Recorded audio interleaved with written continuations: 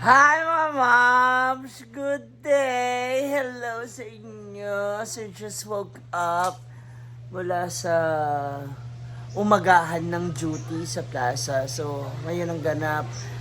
Obviously, nakikita nyo yung mga hugasan, yung aming magulong lamesa na set up dito sa kantin. At syempre pa ang napakakalat dito sa loob. Ay! May bisita pala ako. So, tutulungan ako ni Diday maglinis ng store kasi yung nag-a-la carte po ay nagagamot. Nabigla siya siguro doon sa sunod-sunod yung iho kagabi no non-stop. Halos lahat. Simula dumating sila Rhea, sila Rhea, mga bakla kasi iba pa mga customer na kakain. Hindi siya natigil sa paypay. Yung isa naman, yung tagaluto namin is nagpapalakas pa ng kaunti kasi may trangkaso. So kami ng dalawa natira dito. So hopefully, may chinat ako, dumating siya ngayon para magbigay ng tulong sa atin. No? So hopefully, dumating talaga siya ngayon. Kayanin natin ito. So, it's a general cleaning over here. Hindi naman siya gano'ng kalaki. Especially sa loob. Cleaning the kitchen, dito sa store, and sa labas. Samahan niyo na lang kami, okay? Kaya, sa loob lamang ng 30 minutes, kaya namin to.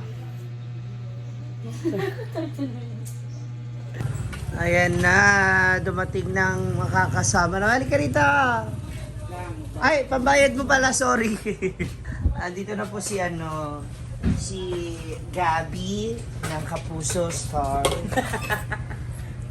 Bayad. Wow.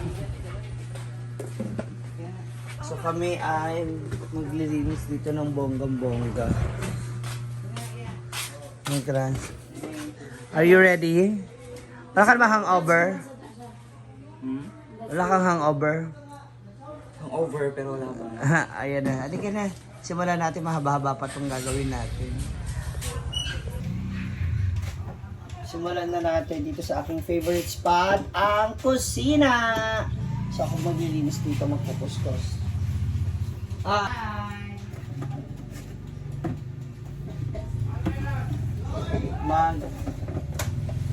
General cleaning tayo. So ang kagandahan kapag nakatiles na ang lababo, mas mabilis mo siyang malilinisan. Unlike kapag kung hindi pa siya rough.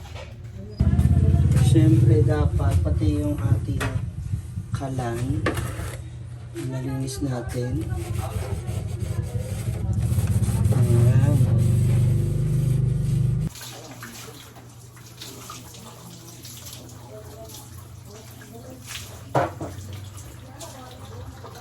So, ngayon naman, dito tayo sa portion na to. Okay naman to noon. Nung ito lang 7 days kasi syempre visit sa namin ginagawa. Kaya, hindi naman siya gano'ng kagulo, pero dapat at least maayos pa rin natin. Kasi dito nakalagay lahat ng mga ibang mga sources ng pagluluto. Diba?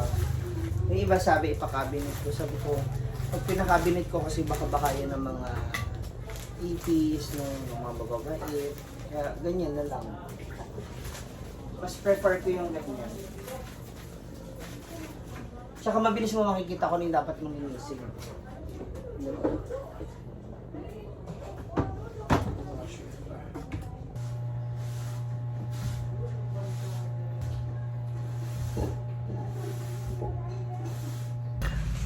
Eto na.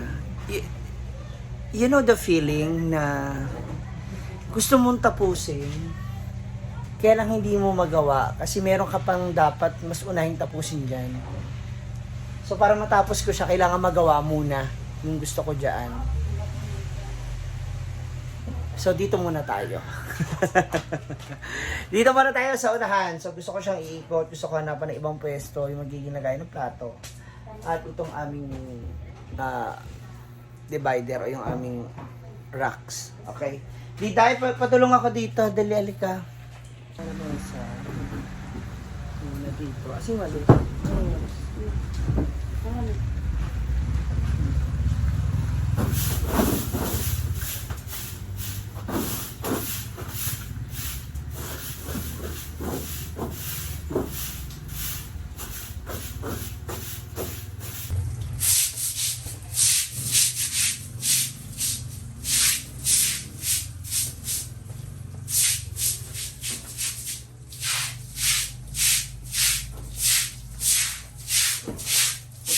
Naman alisin natin, tag-clear natin. Linisan din natin, punasan natin, tapos bago ito sa iso. Ito. Hoy, kamara ka! Ay, nakapag-ibal. Kapag ako yung mga ganyan.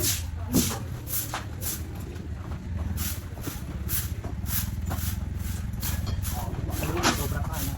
Hala! Kalimutan itong dalhin ko. Gabi sana ubus na yun. Ubus na rin yan. Oh, wala nga kami ito. Sige, may pangit ang babae, di ba? O, diba? Ganito naman siya dyan.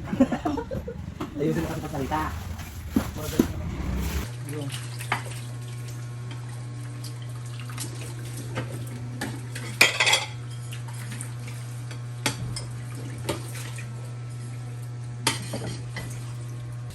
Yan, dito naman ang asawa ni Deday. Wow! Good job, kuya. I love it. Para ma-clearing na talaga ito malinis. Kasi may mga yung mga ano ba, santol na nalalaglag, nabubulok rin dyan. Ito ibang mga basura na nakatambak. So, kailangan malinis na talaga yan. Thank you, kuya. Please. Siyempre, we need to sterilize our utensils. Para ma-sure, sigurado natin malinis na siya.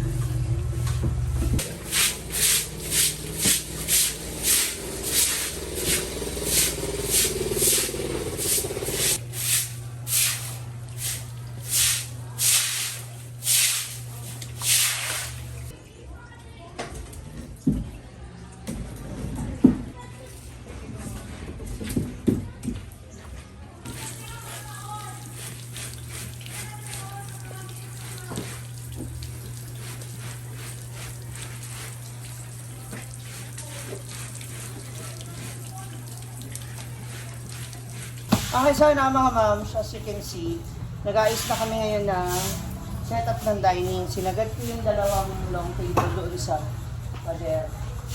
So dito, ito. Natin gamay. Yan. Para yung mga nandiyan, pwedeng lumabas dito sa kabilang side. Ito, pwede silang mag-back to back.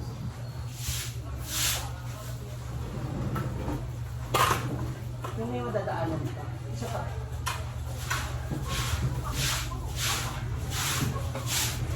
Para pag tumayo sila, makakas.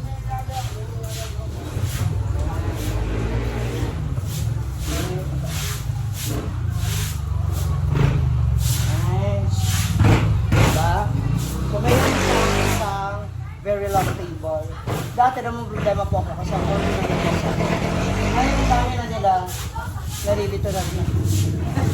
Kung paano ko sila ayusin. Okay na yan. At least marami na akong gamit. Oo. At may extra matulog.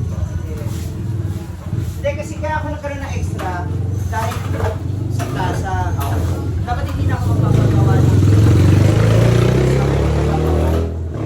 kasi nga, marami naman akong ganito. Kaya nagpagawa ko kay baby ko yung nakaraan ng dalawang ganito para sa plaza. Ending. Ngayon. Ayan. Ninalang. Hindi ko na siya alam kung saan ko siya ilalagay. Wala yung time ganyan mo. Tapos itong isang very long table. Just na natin. Oh, ano ba? Oh, doon. Parang ganito ba? Ikaw kami. Pero hindi dikit.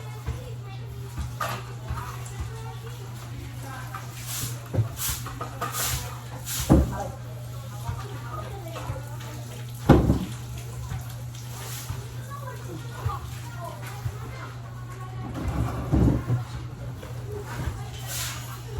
Para makakadaan ba ito? May daanan. Nagdaanan pa siya. Hindi siya masyadong masiksik.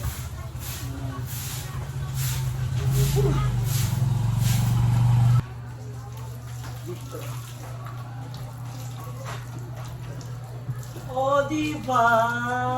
Ang galing-galing. So, ito yung setup. Pakita ko sa inyo, ha? So, meron ako ngayong 1, 2, 3, 4, 5, 6. Itong 5 kainan. So, meron tayong reservation na dalawa dito. Na mini table. Ito kasi ang lamesa ng sa ihaw-ihaw. Diba? Ngayon, pupunasan na namin siya at sasabunan para tuluyan na siyang malinis. Thank you, Gab Gab. Thank you, Diday. And thank you rin sa jowa ni Diday. Ay, sana all jowa. Parang teenager. All may jowa. Hi! So, eto na nga. Oh, diba? So, okay na dito sa loob. Yan. So, tinihaya ko muna yung aking bed dito kasi basa pa siya. So, ayoko naman iwan sa labas. Baka maging souvenir items at alaala ko na lang siya. No? Eto na rin yung aming, kung saan dito nagaganap yung paghihiwa nila. Higit sa lahat, yung pagchichismisa ng mag-ina. Ayan. Si Vivian at saka si Michelle, shout out to you. Yan na rin yung ginagamit ng mga tray sa canteen sa kainan. So, dyan namin siya nilagay muna. Para hindi nagsisiksikan doon. Ano na naman yung kinakain mo dyan? Gigigil ako sa iyo. Yan. Okay naman na siya, di ba? Okay, mga Philip Butterfly. Thank you so much again, guys. Salamat. Welcome. Pagod ka na, no? Pero mukhang papagurin ka pa later ng hobby mo. Sana all. Pagod din siya. Ha? Pagod din siya. Magpaguran kayo. Ganon. So, ito na mga moms. Yay! Yung yay talaga. Kapoy talaga yung pagod. Anyway, thank you so much. Ayan na, set up na natin, naayos na natin. So, panandalian, nakalagay muna siya dyan. Hindi na natin labay sabang iniisip ko kung saan sila pwede i-pesto. Pero mapakinabangan pa rin naman kasi yan. So, again, to all my hasaanons, sa mga walk-ins na kumakain po sa ating Mom's Eatery, we are now ready to serve again to you guys. Ha? So, ay, tapos balik, lipat ko yung electric fan dito. Kasi parang yung mga nandito may electric fan. Kasi may electric fan naman siya, yung dalawang side na to. So, para at least lahat, ayos, masaya sila, nag-enjoy sila while eating. Ganun. So, for now, eto muna ang ating magagawa. The rest of the kalats are ililipit na namin. Magsasampay na rin kami ng mga basahan, yung mga aprons, yung mga floor mat namin, sinasapi namin sa aming lamesa sa kainan. No, marami pa. Again, thank you so much, Diday, sa kanyang hobby, kay Dudoy. Diday, Dudoy. Kay Lola. Pero first kay Gab. Gab, thank you so much. Alam ko na nakawalong sa, ano ka, Tanduay, select mag-isa. Thank you so much sa pagtulong sa akin. No? Kung hinahanap niyo po yung ibang mga staff ko, huwag niyo po silang i-bash kasi may kanya-kanya rin silang pinagdadaanan ngayon na pagod. No? Kaya may iba akong kinuha. Well, aside to Diday na kailangan niya bayaran din siya. At saka bukas is another day. So, kailangan mag-ready para sa kinabukasan. Kasi Tuesday na, no? So, ito yung first class of this week. Kasi next week, Monday ulit, wala na namang klase. So, ayan. Maraming salamat, moms, sa panonood at pakikipagkwentuhan sa amin. So, marami pa to. Marami pa niligpit. Actually, kung nagliligpit ka talaga, alam nyo yung mga moms, it's unending. Hindi natatapos hanggat meron, parang may gusto kong gawin, dapat ganito yung gawin natin. Ganun. So, hindi ka kaagad matatapos. Agad talaga. Okay, maraming salamat sa inyo sa panonood. Just comment down below and maniligo na ako. Bye-bye!